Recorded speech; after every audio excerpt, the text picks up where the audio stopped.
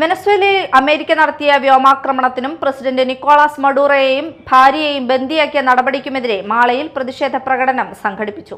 Venezuelan ജനതയ്ക്ക് ഐക്യദാർഢ്യവുമായി CPI Mala മണ്ഡലം കമ്മിറ്റിയുടെ നേതൃത്വത്തിൽ നടത്തിയ പ്രതിഷേധ പരിപാടി മണ്ഡലം assistant secretary KV Sujith Lal ഉദ്ഘാടനം ചെയ്തു.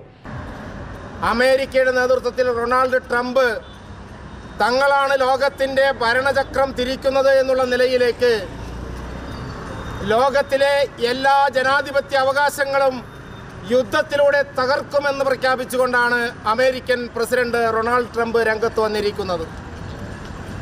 കമ്മ്യൂണിസ്റ്റുകാർ മുതലാളിത്തം തകരട്ടെ, സാമ്രാജ്യത്വം തുലയട്ടെ എന്ന മുദ്രാവാക്യം ഉയർത്തുമ്പോൾ ലോകത്ത് മനുഷ്യന് പട്ടിണിയില്ലാതെ ജീവിക്കാനുള്ള അവസരങ്ങൾ ഉണ്ടാക്കിക്കൊണ്ടിരിക്കുമ്പോൾ, സമാധാനത്തിന് വേണ്ടി ലോകത്തെമ്പാടും പ്രയത്നിച്ചുകൊണ്ടിരിക്കുമ്പോൾ, ലോകത്ത് യുദ്ധക്കൊതി അടിച്ചേൽപ്പിച്ചുകൊണ്ട് ലോകത്തെല്ലാം യുദ്ധമുണ്ടാകട്ടെ എന്നുള്ള ചിന്ത മാത്രം മനസ്സിൽ വെച്ചുകൊണ്ട് മുതലാളിത്തത്തിന്റെ താല്പര്യങ്ങൾ ലോകത്ത് പരത്തുന്നതിന് വേണ്ടിയിട്ടാണ് ഡൊണാൾഡ് ട്രംപ് ശ്രമിച്ചുകൊണ്ടിരിക്കുന്നത്.